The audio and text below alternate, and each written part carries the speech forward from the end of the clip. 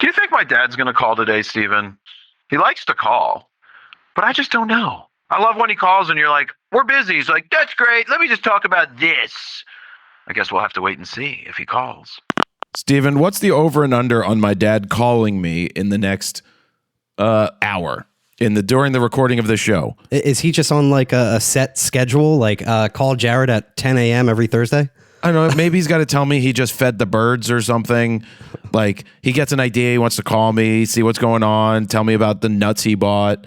He does call every day, right? Well, I either call him or he calls me at some point during the day. Usually it's when I'm driving to get lunch or after work. I mean, that's nice, having that kind of relationship with your father. Seems to be on Thursdays during RAWtalk. He just, I thought I would call. Probably doesn't help that you answer every single time he calls during the show. So he probably is like, oh, well, he'll just answer. Not a big deal.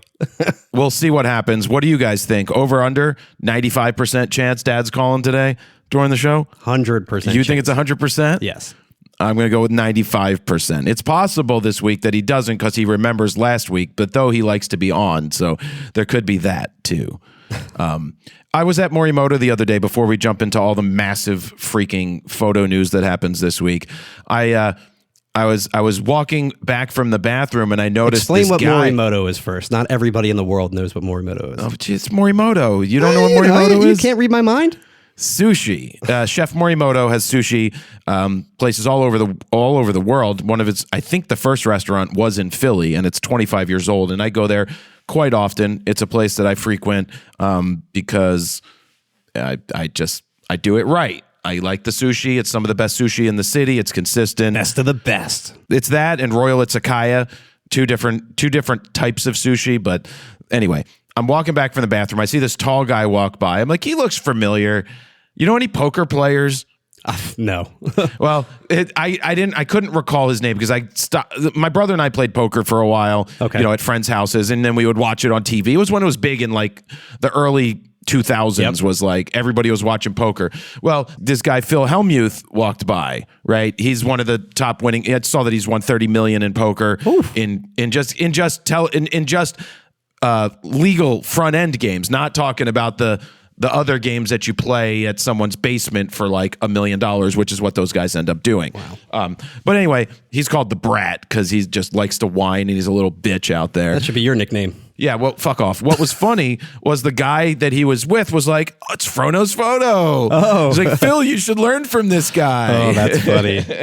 That's why I said it, because I'm so important. And personal mentorship, $1 million. The guy just said that he watches my stuff and cool. Recognized, and that was that. So anyway, that was a quick side.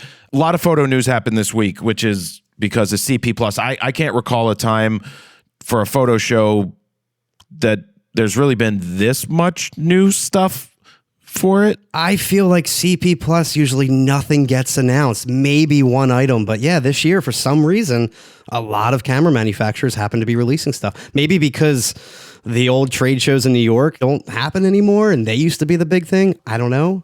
And now you really just have CP Plus left along with like WPPI. And they don't announce shit at WPPI. That's what I mean, coming up in March. Right? Like that's where you go. I mean, it's where I should go to find some single lady photographers because there's a lot of wedding and portrait photographers that go there. See, I don't think you could date a photographer because you would be so critical on their work. What do you think daily, of this, dear? The daily conversation would just be about like critiquing. Why'd you crop that? Yeah. Oh, God forbid they're a cropper. I don't know. Fuck do you shoot with a Leica? I couldn't be with a Leica shooter. I'm sorry. Wait, I'm trying to think. What is the worst of the worst? They're going to be a crop shooting Pentax shooter. With a teleconverter. That shoots JPEG small. What do you not like to shoot? Like birding or something. They're going to be a fucking birds. Bullshit. Well, I mean, didn't I get close to dating a photographer for a minute? More on the video side, I'd say. Right. I'm still critical, though. We did a video together. I was like, why are you doing this? Why are you doing that? Why are you doing this? I think I told her, welcome to my life. She's like, you were critiquing everything. Yeah, but then at the end, she was like, I'm glad I used that 51.2. I'm like, yeah, there's a reason we use the best Sony glass when you're shooting Sony is because it's just so much better to use that glass. Anyway, Jared's dating life sucks. There is no dating. Maybe I need to move and go try a new batch of bitches. Oh, wait. It just sounded right, Steven. I didn't mean it that way. Oh, my God. I didn't mean it that way. I just meant like... Getting canceled. We don't get canceled anymore. This is like free reign for the next couple of years. It's safe because we've been doing this for years. It's safe because you're Jared Polin and you speak your mind and you've already said everything. So at this point, you are uncancelable. No, I haven't said everything. There's things that I will not say. No, Steven. No, Steven. Right. There's things you say to me, I should say.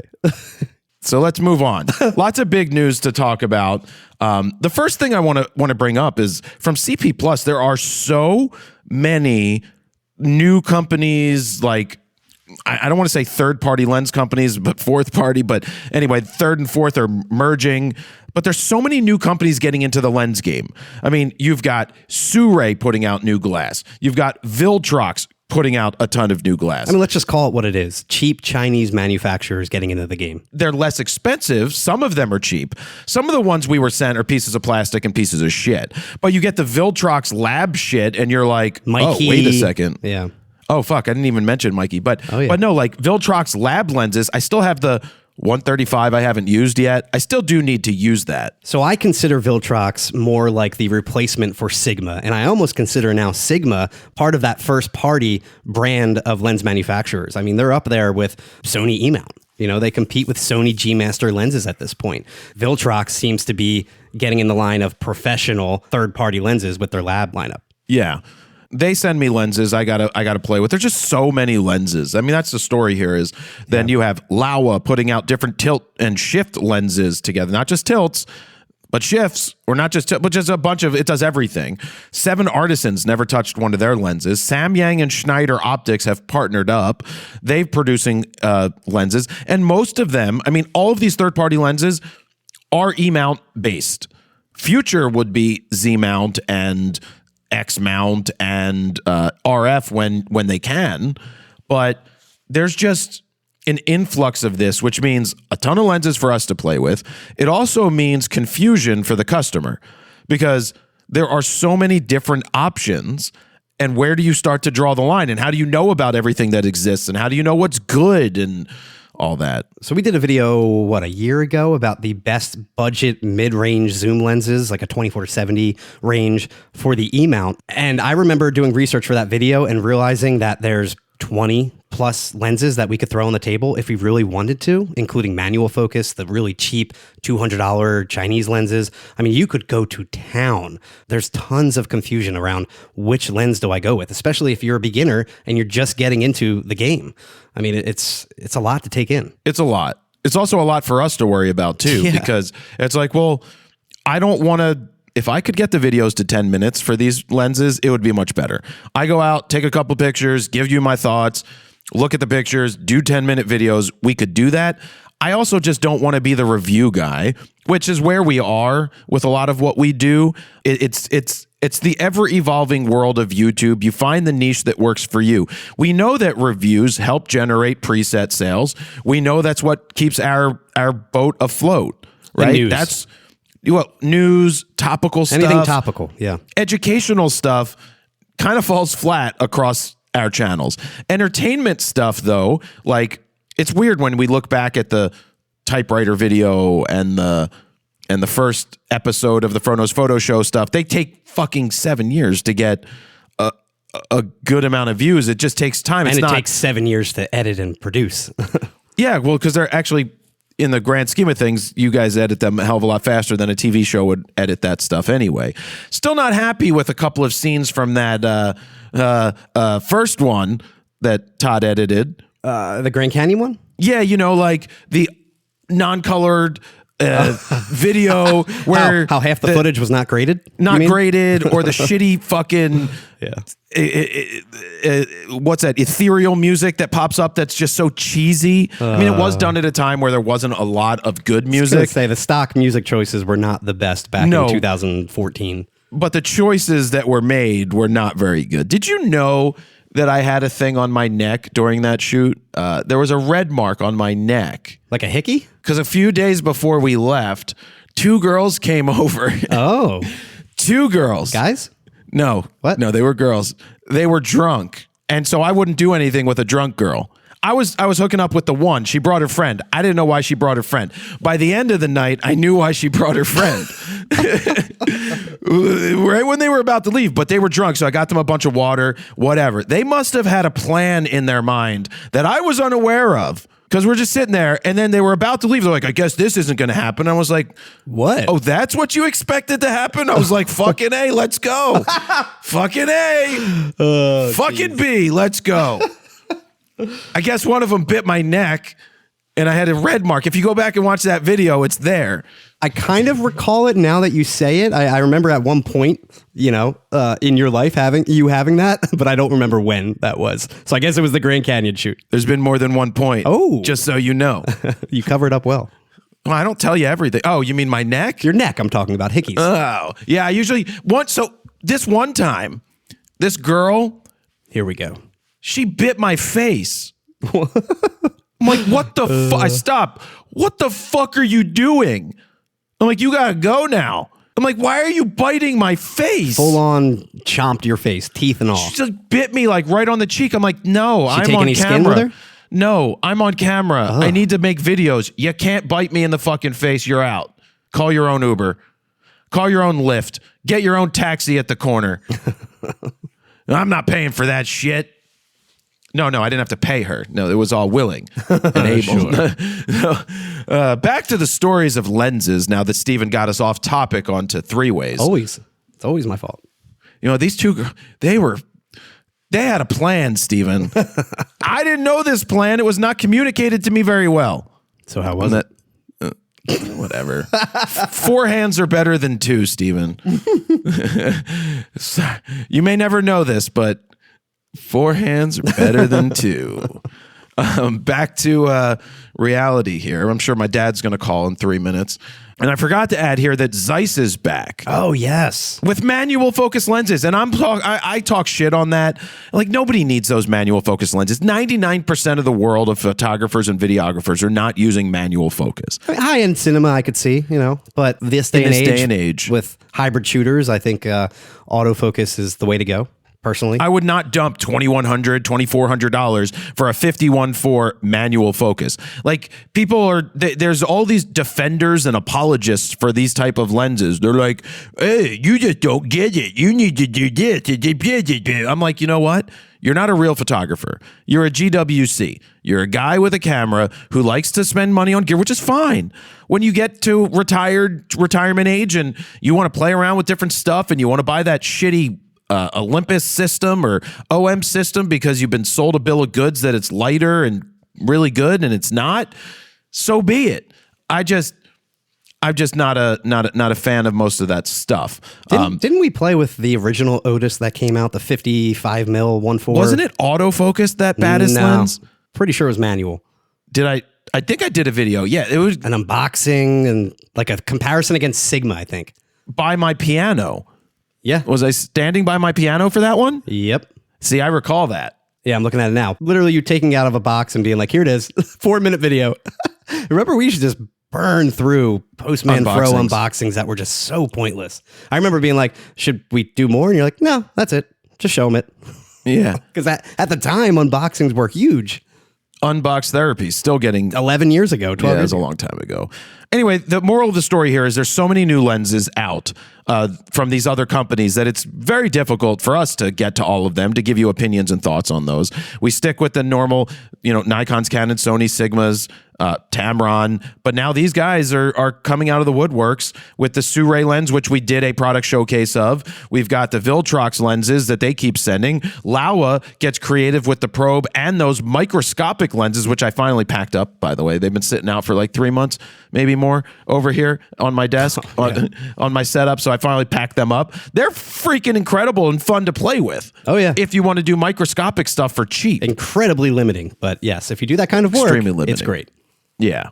I've said it a bunch before. If I had to start over this day and age, if I was just getting into a system, I would choose something like an A7C2, and go third-party lenses. I mean, like we saw, the Sue-Ray is great, like an 85-1.4, a cheap alternative to buying something like the G-Master 85-1.4. I would go full Sigma. I'd buy Viltrox lab lenses. Now, again, this is more for an enthusiast, hobbyist, not like professional line of work, where I'd be getting like an A9 III or an A1 II or something along those lines. But an A7C II does the job for majority of applications these days. I think that A7C and A7CR lineup is one of the most well-rounded cameras. Underrated. I will say, I would say the A7CR is an incredible camera. It's a compact A7R V. Exactly. A7CR at 61 megapixels is just stupid. In a good way, stupid. What a fantastic camera. You throw you throw any 1.2 glass on that, or the 35-1.4 and walk around with that. You're so much better than buying a Leica, and you save $12,000. 100%. Leicas are stupid. Speaking of Leicas, we don't have any Leica news, but we do have Panasonic news, which is very similar to Leica because they used to work together. L-mount. Panasonic, don't say it. Panasonic came out with the S1R II. You probably saw some videos put out about the S1R II, and you might be wondering, why wasn't Jared on the trip to, I can't even say Tromsø, Sweden, Norway, or whatever, it's Tromsø. I will tell you why I wasn't on the trip to Tromsø. One, this was unexpected, but that was right when I got the flu. Right after, like a week after, and I still felt like shit. But that wasn't the point. The point was that the Super Bowl was on the 9th of February, and I always have my niece and they specifically said, "Are you doing a Super Bowl thing?" They're 10 years old. They wanted to come down to the house, but I always do the Super Bowl for my friends and family and keep it pretty small. And it was a potential that the Eagles would be there, and I did not want to be traveling to some other fucking country while that was happening, just because I wanted to be with my family and, watch those and watch together. That stuff is meaningful. And it's not fun to travel to Norway in the middle of February.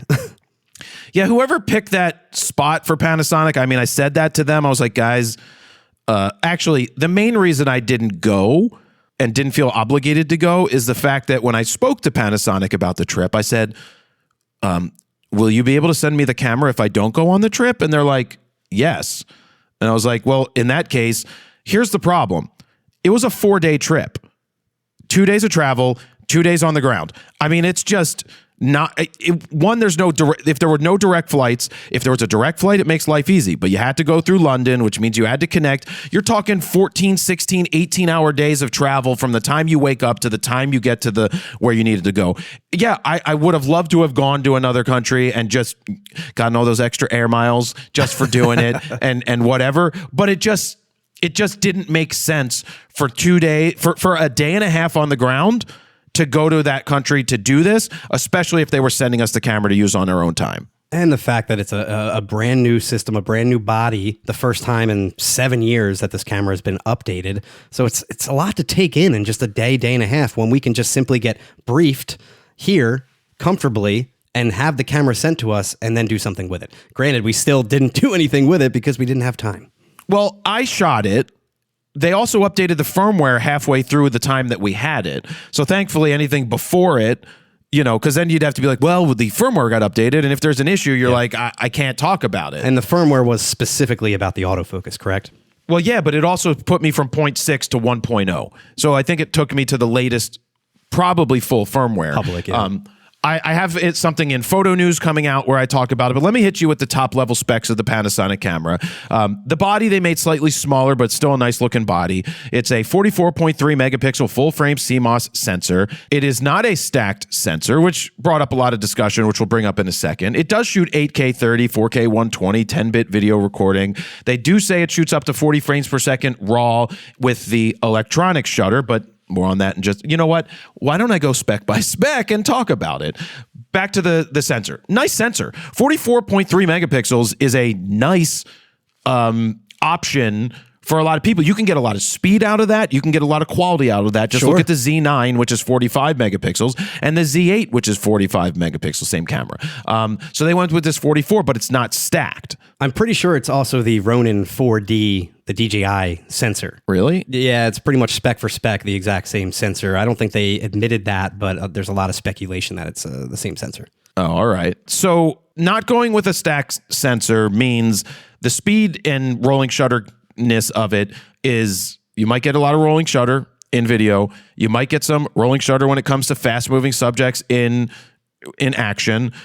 The sensor itself is fine. The high ISO capability looks pretty good to me from the raw files that I looked at, but there are a lot of reviewers that just trying to come up with reasons to be like, stacked isn't necessary. You get better quality and dynamic range this way. And it's like, well, this camera isn't exactly designed for the speed, but the speed options are there. And when you're in that price bracket with similar stacked cameras, it's a big deal, in my opinion, when you have the option of getting a Z8, an R5 II, or this camera. Now, granted, this I think is $700-800 less. This is $3,300. Okay, almost $1,000 less, actually. Nikon Z8 is only on sale for $3,300, $3,400. But the R5 Mark II is $4,300 now. Maybe this is more comparable to an R5, the original. Right, but Z8's now $3,400. It says save $600. Z8 is such a great value for that price. It is such a great really value. is. That's the same price. That makes it hard to tell you to buy this. And there's great video features in the Nikon as well. Similar focus capability, I'd say. Steven, the Nikon has better focus capability than the Panasonic. Oh, he said it. Oh, let's yell at them. The two Panasonic, now the one Panasonic user that wants to leave shitty comments. And back to the frame rate. So this does shoot 40 frames per second, but it's similar to something like the R6 Mark II or the R8, where it's 12-bit rolling shutter. So you're going to get warping. I think this is a slower readout than the R8 and R6 Mark II. And the mechanical frame rate isn't even that crazy fast. It's about 9 frames per second when you're doing 14-bit RAW, or 10 if you want to go down to 12-bit RAW. Since you mentioned the 40 frames per second, my problem with the 40 frames per second was I didn't know I was taking pictures. There's no indicator inside of the camera that blinks other than the R in the bottom corner. It's a hard R, but it's in the bottom corner, and its remaining images are going down. I'm not looking in the bottom corner while I'm shooting to see how many shots I have left. And then the other problem is the buffering. It takes forever to write to the card. You have a CF Express B card in there. I was shooting RAW plus JPEG highest because I didn't know if I could open the RAW files, and Lightroom right now opens them but doesn't open them properly. So there's a thing there. But it shot fast enough for sports with in the H+ mode. I was more surprised when I was outdoors to see an 80 ISO, a base ISO of 80. Yeah. You know, that was pretty interesting. In terms of autofocus, it has phase hybrid AF with AI tracking, which I am so tired of the term AI for everything. So here's what I had to do. I set up the camera to the best of my ability. Then I reached out to Panasonic and was like, where is this, and this? How do I do this? Because I haven't used one of these for 7 years since we did the other real world review, which we were very positive on. But I don't have the system. So the menu system is weird. I will tell you the menu system is deep and not the best. Of course, the longer you use a menu system, the more you learn and you get familiar with it. But there were just some things that are it's deep, it's weird. The highlight always pops up for what this means, and I don't know where to turn that off. But I asked a bunch of questions. Panasonic sent me back this super long email, which was very helpful for setting certain things up. Like, for example, when you're in continuous autofocus, when it found focus, it would beep. I'm like, why are you beeping in continuous autofocus? But they also didn't tell me the other thing that I needed to do, which I accidentally discovered on my own at the basketball game, is hit touch on the touch screen. When you change the tracking mode, there's a button to hit to activate those boxes that show up to track the subjects. That wasn't automatically on. So I discovered that, and I was like, oh, it's finding the bodies. It's like super rudimentary early Nikon camera tracking. But when it finds the eye, it does find the eye, and it puts a crosshair in the eye, not a box, which is kind of weird because I can't tell that it's on the eye sometimes with those lines, but it is what it is. I tracked a subject, a kid running towards me and slightly away from me, and a good number were in focus, but every couple it had a bunch, it had like 2 or 3 out. So it'd have a couple in, couple out, couple in, couple out. The other thing that we noticed was that by default, the camera ships with this slow racking autofocus speed in photo mode. Now, I understand if that was set in video mode, like a slow rack, you want that cinematic pool. That makes total sense. But I remember during the briefing, he was saying, just to let you know, it's going to look like it's slowly focusing, but that's just how our default setting is. You can adjust that to go much faster. I just don't understand why in photo mode, it doesn't go to the fastest speed. You want to achieve focus instantly when you're taking still pictures. There's no need to have a slow rack. I think he was saying it was to minimize the jitter kind of focus, so you're not noticing the pulsing as much. I don't care. If it's going to pulse regardless, I just want to achieve focus as soon as possible. I don't really care so much if I don't see the pulsing, or if I do, it's happening either way. I just want to focus as fast as possible. Exactly. My thing is, I am learning the system, as I made abundantly clear with the content that I've talked about or put out when I talk about it, is that it's hard when you don't use a system for a long amount. Like, you always have to learn something new. I wish it was much easier. Like, I took an R8 out with me to the basketball game that I shot, where I shot the Panasonic as well. And it's like, I take the R8 out of the bag, turn it on, focus just picks up. Like, it just is like night and day. And we're talking about a $1,300 full frame camera that you just take out and just shoot, and you literally just turn it on, and you're confident in it. Granted, it has 1 card slot, it has a small battery, no IBIS. There's a lack of features, but yes, the autofocus definitely outcompetes a camera like this. It seems like they threw the whole kitchen sink at it when it came to video, which is fine. It's a very nice video shooting camera, but it's hard. Like, when you see videos come out, it's like, this is the ultimate hybrid. And it's like, well, it's not. It lacks so hard in the photo department, not so hard, but it lacks in comparison to other cameras, even less expensive cameras, when it comes to autofocus, when it comes to other features that are available from stills and shooting capability. So it's hard. It seems like a lot of people want to try and rap poetic about it. I don't know if it's because they go on trips sometimes and they don't want to say bad things. And it's not that I want to say bad things. We say the positive stuff, but we kind of come from a reality standpoint. I think the issue with the original line of the S1 and S1R cameras, which were clearly going after the A7, A7R series back in the day, 7 years ago, was that it lacked a lot of video features, which Panasonic is known for. And being a hybrid camera, you would think that it would have stellar video features. This time around, they did give it awesome video-centric features, but I still think it lacks some of the more standard these days photo-centric features. So, and as I always say, doesn't matter what camera you use that shoots video or stills. If you know what you're doing, no one's going to know what camera you use. They're not going to know the difference between anything. But 7 years ago, do you know where the Panasonic didn't do very well? Where? Lenses. I think they only had the Trinity 3 lenses. Out? The 50-1.4, the 24-70, right? And the 70-200? Dude, their 70-200 is so heavy, it's not even funny. But the point I'm making is, do you know where it does really well today? Lenses. Yep. Because it's part of the L-mount alliance. Yep. There is 1,000,000,001 lenses that you can use for it that are affordable and quality, as we talked about with Sigma, that are just great. So you have the entire lineup there in a less expensive world. I rather see you buy a full frame one of these than go Olympus Pen or whatever that system is called, OM Systems.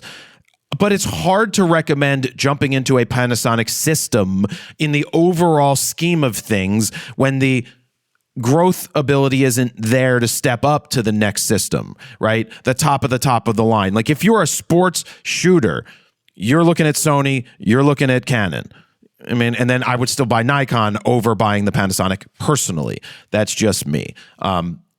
That's what I have to say about that. I think they just don't have that full entire lineup just yet, but they are definitely getting there. And I'm glad that they didn't give up when that original line of S1, S1R cameras and S1H cameras came out. Never gonna give you up. Never gonna let you down. Never gonna turn around and forget you. Never gonna give you. Rickroll? Yeah. Did you know I met him? When? Where? So You know, who's the guy who played me in that movie? James Maslow. Maslow. So James Maslow was in town playing with All Time Rush. Big Time Rush. Big Time Rush. Not All Time Low.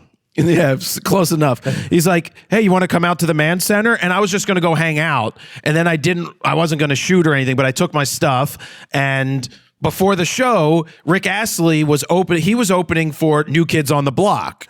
So he came over to the show because he wanted to see them play. And they ended up having him out on stage to sing, to rickroll the audience. The problem is the audience is very young for them, and most people don't know who he is. They didn't even get the joke. Yeah, but he was awesome. He was so nice. He was super nice backstage and really cool. So that was also the night I met this kid, Tyler, I call him Tyler Kafluffle. He was out with the D'Amelios, and he's did a lot of their stuff in the past, and I just like him. He's a cool kid, so I like talking to him. Cool. But anyway, let's put the Panasonic to rest, and let's move on to a real camera company. I'm just kidding. Oh, I'm just kidding. What's that? I'm not invited to Libya. What's that knocking? Or is that Panasonic fans with torches outside? Wait, I'm not in. What? Oh, yeah, let me check the cameras. Hey, Steven, I see 1.5 people. There's one guy and a dog. Yeah.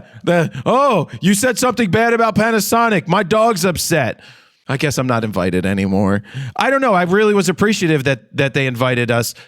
Me, I don't think you were invited. It was like one person from so I like Tony went and Chelsea didn't. It was like one person. Oh, except for Jordan and Chris. Yeah, I mean, it's Petapixel, so they get to take 7 people. Well, they're both on camera, so I kind of understand that, where I'm more behind the scenes, behind the camera. Yeah, you want quality content or do you not want quality content? So if you just send me by myself, I'm taking pictures and a couple of video clips. Yep. But I wasn't taking you. We weren't going to spend time on this trip. I think that was the best decision you made, was not going on that trip, because you would have absolutely hated it.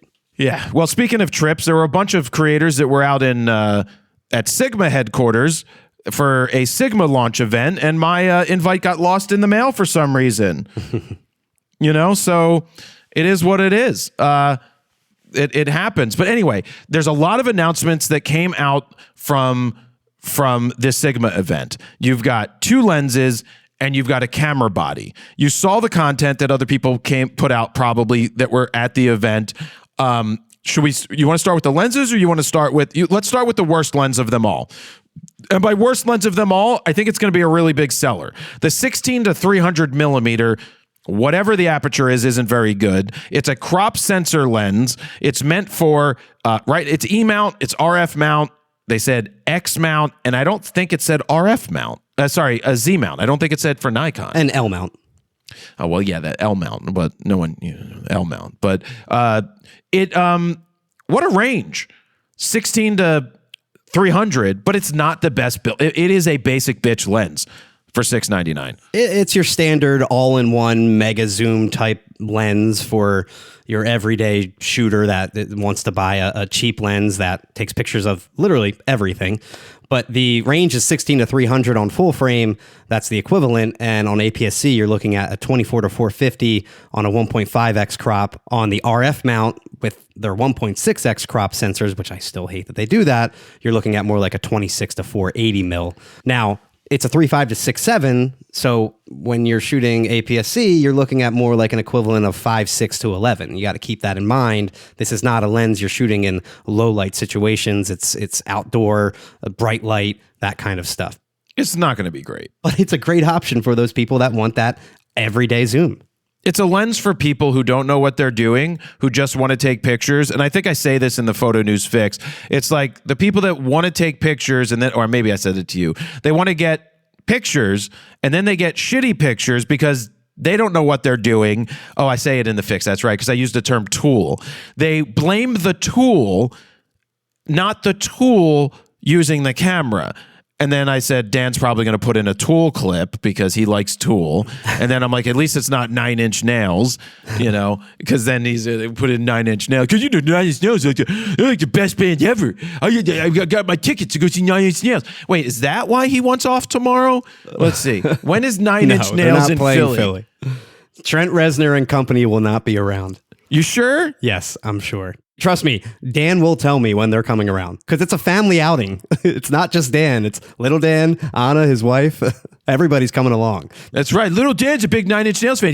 I didn't even introduce him to him. He's just like, Daddy, can I get the Nine Inch Nails? I want to fuck you like an animal. That's right. Hey, how'd you hear about Nine Inch Nails? They're the greatest band. Well, Mommy played it when I was in her womb. I didn't know what they were called, but I heard you guys talking about Nine Inch Nails, and then I got a knock on the head, and I was like, what's that knock on the head? All right. That's a new one. I'm talking like Little Dan. You should be happy that it's not Mickey Mouse. Because it's so funny. Yeah, so I have that lens here, and I'm going to be figuring out what to shoot with it soon. I assume this is going after Tamron's 18-300. They did a very similar lens a few years back. I think that is a 3.5 to 6.3 lens or something like that. And then there's also the 50-400. Now, this is usually Tamron's department. These crazy, cheap, budget-friendly, ultra zooms, all-in-one type lenses. And it seems like Sigma is finally firing back with more of a contemporary style lens and not something high-end that's like an art lens or something, or a sports. So it's going to be a really nice option for, again, people shooting a lower-end E-mount, L-mount, or RF camera. Do you know where it falls short, though? Where? For E-mount? It falls short because how many crop sensor camera? I mean, when did the A6700 come out? How old is that? No, the A6700 is still fairly new. I mean, it's not that new, but it's 2 years old, I think, at this point. But does it have the AI track? Does it have the Yes. It does? It has the focus? The A6700 is fairly updated. It Did came we out, ever I believe, review it? Yeah, we did a hands-on. We did? Yeah. I don't remember. You went out and shot baseball and something else with that I did? camera. Yes. I don't remember ever using this camera. So it was in July of 2023. So you're looking at a year and a half ago, roughly. What did I shoot? You shot baseball.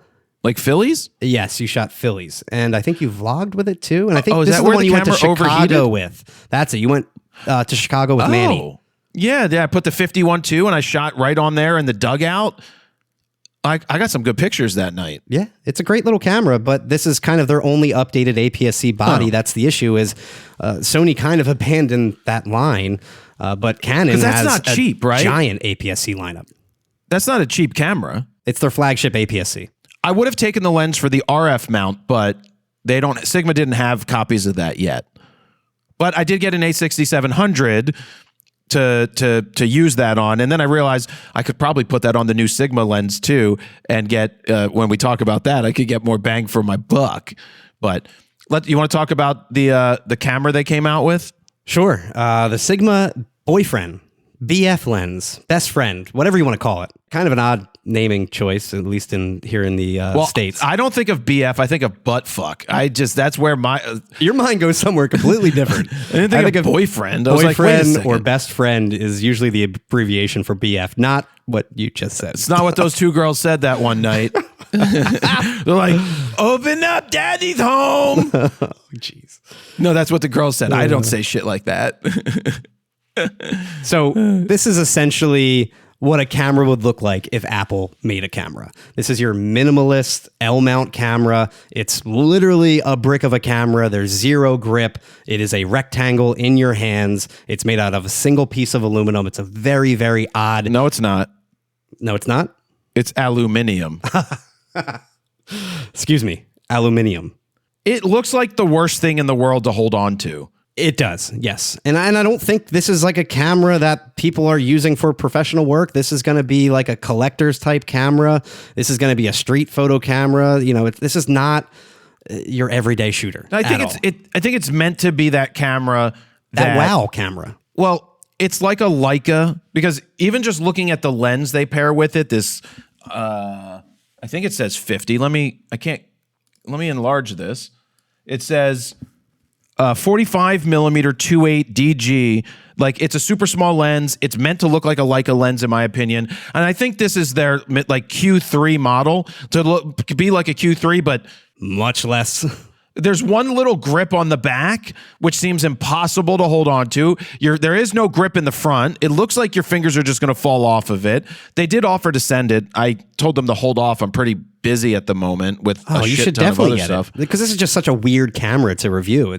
I know. I asked for it again. I'm not sure if you know. I would just love for you to take this around for a few weeks around the city and just have it in your pocket like at all times and see if you really use it, see if you like it. I highly doubt you will, but I'm really curious what your thoughts will be. Well, I'll use it, but I don't know that I'll like it. When we put things into perspective, 24 megapixel BSI CMOS sensor, no, it's not stacked, doesn't have image stabilization, doesn't offer a shutter, has hybrid phase contact AF. It's literally a stripped down camera with nothing in it, not even an SD card slot. So there are almost zero inputs and outputs in this camera. There's no EVF, there is no headphone jack, there's no audio jack. I mean, there's no hot shoe, no cold shoe, nothing you can attach to. The only thing is that USB-C input and output, and that is for that internal memory that you were kind of alluding to. No card slot at all. You're not buying this camera to be a professional photographer. You're buying it because, one, it's a fashion statement. It looks cool. People are going to talk about it. And two, you want to just take snapshots. It doesn't have a viewfinder. It has a screen on the back that doesn't move. It has almost no buttons, but there is haptic feedback. It's really just meant to be a thing you take around and take pictures with. My problem is it's when you start it's not a problem that it's $2,000. That's fine. People that want to buy it. It's when you start to say, well, for your $2,000, what could you get? An R8, right, is $1,300. Oh, I would say an A7C too. Well, if you really want a real camera that's small, the A7C II or A7CR is the ultimate, as we said at the beginning of the show. But R, you're looking at over $3,000, where at least an A7C II is around this price point. Right. It's just, but it's like the moral of the story is, what do you want the camera to do for you? And this is more of, so you don't drop it. It looks like you can put a wrist strap on the side of it so that you better wear that wrist strap to hang it around your thing. But it's also not a pocketable camera. It is what it is. I don't know why they don't have a foveon sensor. They went with a regular sensor, right? So yeah, it is a 24 megapixel full frame. It is a BSI sensor, at least, not front side illuminated. But yeah, it's a non-foveon sensor, which was always Sigma's bread and butter. That was their thing. All their FP bodies, all their other bodies back in the day always had a foveon sensor, which apparently was the best type of sensor tech from back in the day. Apparently, my grandpa won't let me ride the ride. And it's electronic shutter only, so you're looking at another non-stacked electronic shutter camera like a Panasonic S9, which you're probably looking at a decent rolling shutter, and it's only 8 frames per second. But yeah, it's so not. what? I know it's not meant for sports shooters or anything like that. This is literally a point and shoot camera. But again, I could get something for that $2,000 that does way more, is my point. But I think this is going after a completely different demographic. Yes. Like I was getting to, it's more of like a collector's item, more of like a look at me and this amazing type of camera that I have, this one of a kind Leica type camera. I think it's for people that want to show off. Yeah, it's for people who want to show off. They want an expensive point and shoot. Yeah. And that's that. And there's nothing wrong with that. There really isn't. I just think I think they said that they can make like 9 cameras per day. That's what they said. I saw a comment. Someone was like, yeah, it's 8 more than they're going to sell. I mean, I don't think it's going to be a big seller. Now, we mentioned that it didn't have an SD card slot, but it does have internal storage of, 320 gigs? 233 gigabytes. Okay. I mean, that's plenty.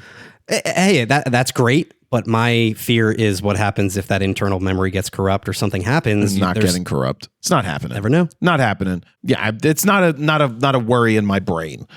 But Sigma makes good shit. Anyway, let's put that one to rest. I've asked to get it to test out. It's going to take a minute because maybe I'll take it up to New York City or something for the day and be like, I'm in New York City. I think you should do what you did with the Fuji X100 Mark VI. I think that was a great little mini review of you doing street photography in both New York and Philly and taking it around for a week or two. Guess what I can't do with it, Steven? Connect an EVF recorder to it. Not that you did that with the X100 VI anyway. I did. Not really. Yeah, you could put that on top. Yeah, but you didn't really shoot. A lot of that review you had just pictures for. We had minimal EVF recordings, and that was the hard part about that review, is like it was just talking head with some pictures, which is fine. Got it. But we had nothing to show like focus really working. All right, let's move on to the big gun here. 300 to 600 f4 Sigma put out. You probably saw our preview video. Actually, yeah, hands-on preview, because they sent it to us the next day, and we were able to get out a first look video, hands-on. 300 to 600 f4. I was hand holding it outside yesterday to try it. I can hand hold it for 10 minutes. Or you could put it down, you could hold it up, you could put it down, you could hold it up. It's heavy at 9 pounds. For me, not as heavy as it is for like you because you're weak, but Dan would snap in half. Dan weighs 8 pounds. This weighs 9 pounds. But this was a super unique. It's crazy because all the rumors, people were like, it's going to be an 800 6.3. And I'm like, who gives a shit? That's not unique, right? Sigma's about doing something unique and different. Their founder loves pushing the envelope. He's done a fantastic job directing this company for the last decade plus. When they decided that we're going to do an art line, a contemporary line, and a sports line, they really crushed it. Out of the ballpark, 100%. With all of it, quality, just the quality. They used to be subpar with Tamron together. Tamron's gotten better, but Sigma has gotten even better than that, like by threefold. The fact that we are now getting Sony briefings and they are comparing G Master lenses to Sigma's art lineup, I mean, that says a lot right there. They are taking them very seriously. Now, the quick gist of the story, if you didn't watch any of the other news and you've been buried your head in the sand, 300 to 600 is an f4, weighs 9 pounds, and it's coming in at $6,000.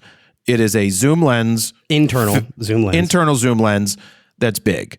I have it here. I have a bunch of shoots set up. One, if I feel like driving tomorrow, which I guess I'm going to do, is go to Conowingo Dam in Maryland before sunrise to get there to set up amongst all of the other bird photographers and try to get some eagles flying. I'll probably shoot for like an hour and then drive home or stand there, and be home before lunch because that should be the plan. But I'm going to go down there with my buddy Greg and I'm going to try and photograph birds. But for Saturday, I have lacrosse because this is a sports lens. I was talking to a bunch of sports photographers. One who's an AP photographer.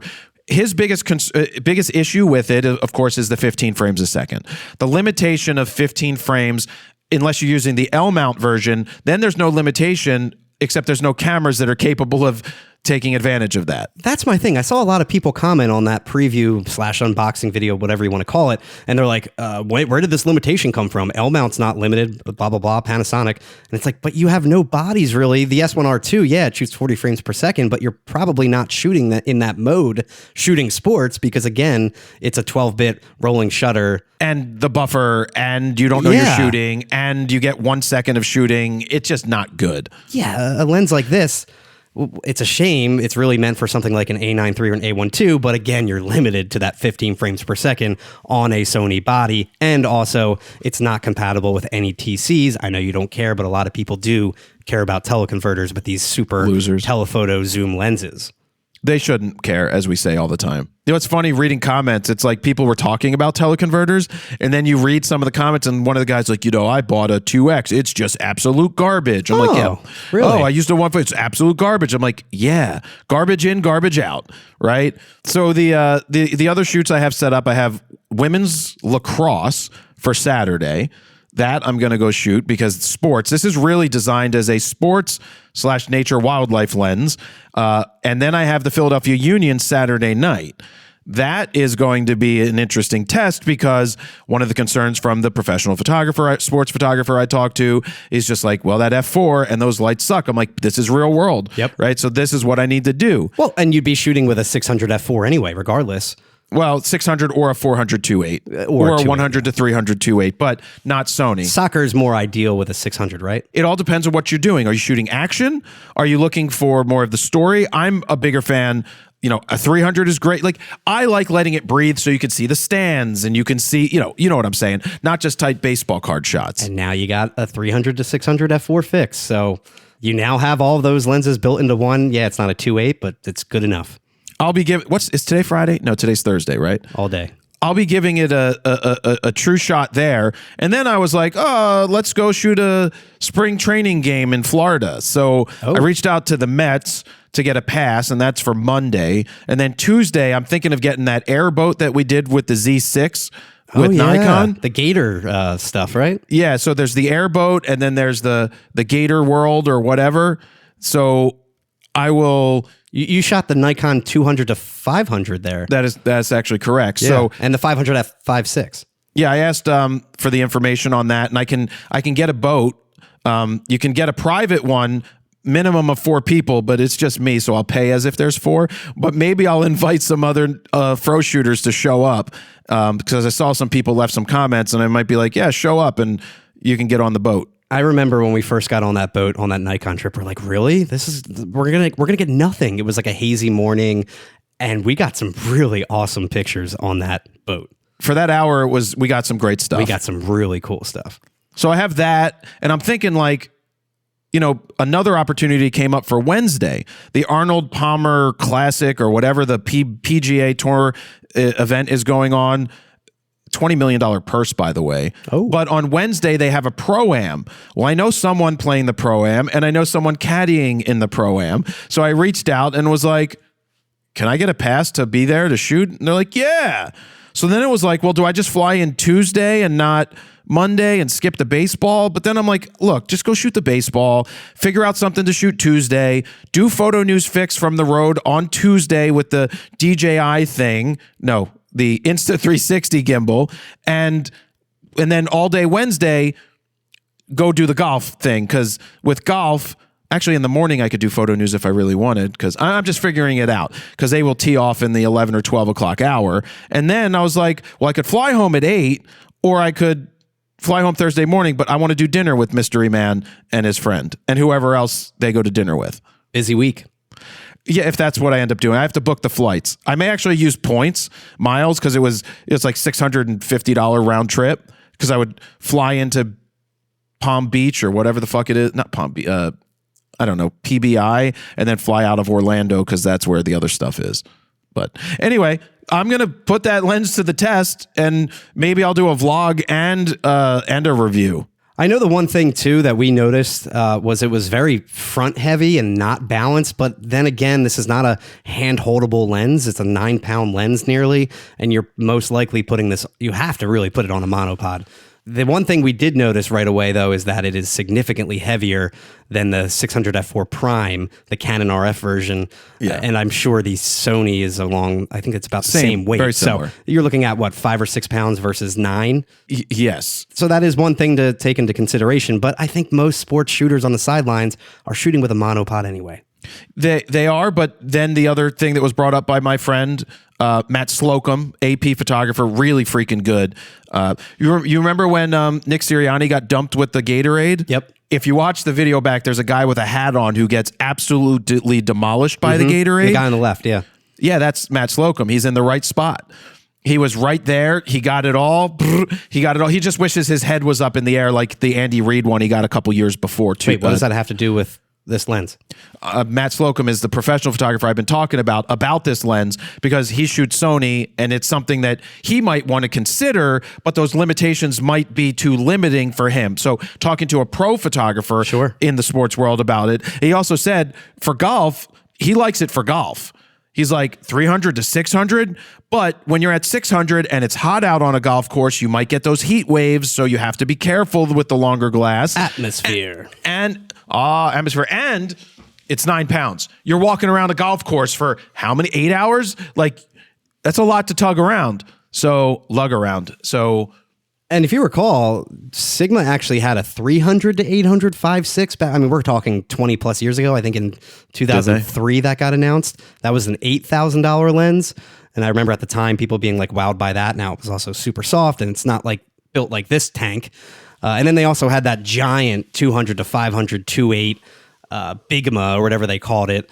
That was $25,000 because it was a 2.8 all-in-one zoom. Insane. That came out in 2008. So had a this is the battery next pack. Yeah. This is the next wow of a lens, being a 300 to 600 f4. I mean, the fact that it's $6,000, half of what a 600 f4 Prime would cost, is just insane. Good on Sigma. And that's why it's interesting for people. 100%. So it's definitely an interesting. I mean, obviously it's an interesting lens, and it's not for Canon, it's not for Nikon. It's E mount, it's L mount, and we'll see what happens. I think it's one of those lenses that birders, the amateurs who are like, I can't get a 600 f4, I can't justify that at 12 grand. I don't want maybe the 400 to 800 that we're about to talk about, because you want an f4, and 6,000 is reasonable for some of those retirees and people that want to shoot that stuff. So let's move into the two new Sony lenses that were announced and that we had. We had a 16-1.8. We also had the 400 to 800. We made the choice to focus on the 400 to 800 because it felt like the 16-1.8 to me is not really going to be a super popular lens for $1,000. My thing is that there are a lot of options for a 16 mil on the E mount. You have the 16 mil f1.8 Viltrox for $580. Yep. You have also the 14 mil options. Sigma has their higher end 14-1.4 at $1,400, and then Sony has their own 14-1.8. So those are more the Astro line of lenses, and the 16, in my opinion, is more like architecture, landscapes. I don't know. It just seems like there was no real void to fill, and they felt like there was a need. I don't know. I think the 400 to 800 is more of like a one-of-a-kind, unique lens. And this one, we just didn't have time to cover. And it's just kind of like, okay, well, it's a 16-1.8G. That's great. It's cool that they added it, but is it going to be that popular of a lens? I just don't think it is. But a 400 to 800, which we knew about, before the 300 to 600, you're like, wow, this is pretty interesting. The biggest question with a 4 to 8 is 2 to 6 or 4 to 8. That's the biggest thing. Yep. And at first I was like, well, this just doesn't make much sense. 4 to 8, it's not a huge zoom range, but then you're like 2 to 6 is exactly the same as 4 to 8. It's the same. It's a 400 millimeter range in the end. Yeah. And you're like, who's it for? And it's squarely birders. Mm-hmm. And it's not really a sports lens, though I took it out to photograph sports.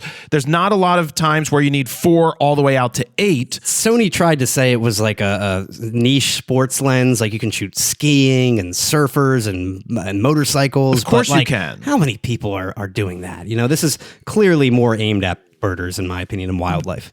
This is the people that want to reach out and grab those birds at a distance. This is somewhat like, I even think this is overkill for safari, whereas a 300 to 600, less overkill for a safari because having 3 all the way to 6 gives you 300, 400, 500, 600. It's insane because there's very few. I used a 1 to 3 and a 400 for all of my shooting out there.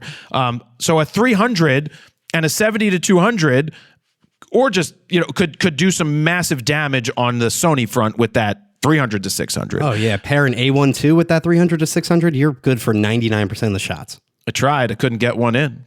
I tried to ask for A1 II, and they don't have any loaners right now, which sucks. But the 400 to 800, it's a G, not a GM. And the big story there is I think that the G and the GM lines are very similar in this day and age. The quality was better than I expected it to be in terms of build quality, feel, zoom, speed, shoots. It gets the whole speed because there's 120 frames a second, no limitations. So you get all of that out of it. It feels like a G Master. These days it's hard to tell the two apart. And we even asked Sony during the briefing and they kind of couldn't give us an answer. And they're saying it's getting closer and closer where they're almost the same these days. You still have internal zooming. It's not external. There's dual linear focus motors, 3 custom function buttons, 11 aperture blades. They gave it almost everything a normal G Master would have. Now there's not like 4 XD motors and stuff like that and not the best optics, but it's still good enough to almost be branded as a G Master lens. Yep. And with the announcement of the 3 to 6, now you start looking at, as a Sony shooter, do we want a 4 to 8 or a 3 to 6? But now there's still a $3,000. Well, or the 2 to 6, which I think that the 2 to 6 is a little long in the tooth and it needs to be updated. And I do want to clarify that this is not a replacement for the 2 to 6. So the 4 to 8 will stand alone next to the 2 to 6, sold separately. Nope, but I think a 2 to 6 version 2 is going to be a really solid lens if that's what they come out with. A lot of people are like, but I'll go with the Canon. You know what's funny? People are like, can you review the 2 to 8 against the 4 to 8? It's like, no. It's like, I don't understand this cross system. I know. You're not jumping systems for this. No. Right? Like the 2 to 8 is $1,800, $1,900 and it's external zooming and it's balanced weird. It's a massive zoom lens. It's more the budget friendly, being that $1,000 difference and being the cheaper external zooming and all of that. But you're also gaining 200 millimeters on the wide end. Still works really well. The 4 to 8 unique. I don't think I'd buy it for sports, though it can be used for sports. I think it's squarely aimed at birders, and it's priced at $28.99. So it's more expensive, $900 more than the 2 to 6. and it's $3,000 less than a 300 to 600. I would personally rather take a 200 to 600. I think it's much more versatile, especially if you're more on the sports side of shooting. But yeah, if you're a birder, 400 to 800 all day. Now, the aperture is a little different in this one too, where you're at f8 at 600 millimeters. If you tend to shoot at 600 millimeters a lot, the 200 to 600 makes more sense because you're going to be at 6.3 at 600 millimeters. Granted, it's going to be a little softer on that 200 to 600. Now, the Canon on the other side, at 200 millimeters, you're at 6.3. And at 600, you're at like f9. Yeah, it's up there. Yeah. So at the end of the day, you have the 400 to 800, 6.3 to 8 now, or you have the 300 to 600 f4 option from Sigma, the more premium option. You're looking at $3,000 versus $6,000. A variable aperture lens versus a fixed two-stop difference f4 300 to 600. Do you want a compact, hand-holdable, variable aperture 5.5-pound lens or a heavy, bulky, monopod needed fixed aperture 9-pound lens? Yeah, I don't know what. I mean, it's a tough decision. I'll be able to tell you after I used a 3 to 6 and see if it is up to par or not. And keep in mind, you also have the more budget-friendly third-party options like the Sigma 150 to 600. Yeah, it's not 800 millimeters, but that's a 600 mil, and that's a sports lens as well, and that's $1,500. So that's half the price of the 400 to 800. So that is another great option to choose from. Again, I wish Canon opened up that RF mount because the E mount has so many options these days. Yeah, or we'll see what happens. We'll see what happens. Maybe they just come out with their own third-party style lenses and fill the whole lineup. But when I go to Conowingo Dam, I'm going to see a lot of Sigmas, a lot of those mega zooms out there. And it looks like they're going that route where they're trying to kind of make their own third-party lens lineup with something like the 16 to 28 and the 28 to 70 2.8 lenses that are along the lines of $1,000, something like that. They're not L, but they're good enough. They're not $2,000 plus dollars. We got to make that review for the 16 to 28 and the 28 to 70. I recommended them to someone yesterday because I'm like, it's only $990 or something for the 28 to 70 2.8. Yeah. That lens, like you want to get in the 2.8 world and then you combine it with the 16 to 28? I'm like, fuck, for $2,000 for $2,200, man. And if you're on that budget, you're probably shooting with something like an R8 or a lower end camera. R6 Mark II. Well, I'm talking about a body basically with no IBIS. But the great thing is even these cheaper, quote unquote, lenses have image stabilization built in. I was very happy taking those lenses out. So when we get the review, you guys will see it. It was just like, okay, this works.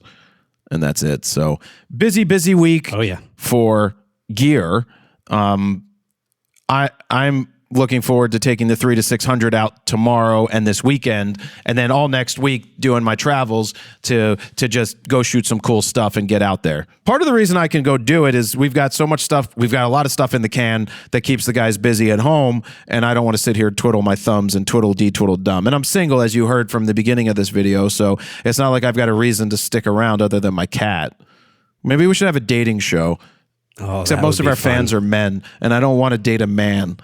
Sure. Not that there's anything wrong with that, but it's not my jam, Steven.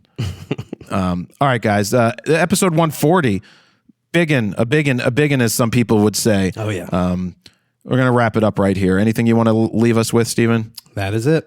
All right. Thank you guys very much for listening. Jared, PolinFronosPhoto.com. See ya. Bye.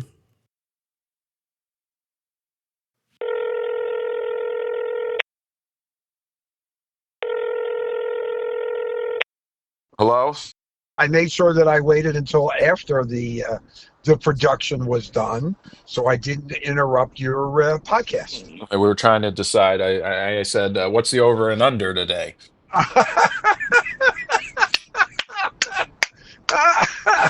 That's funny.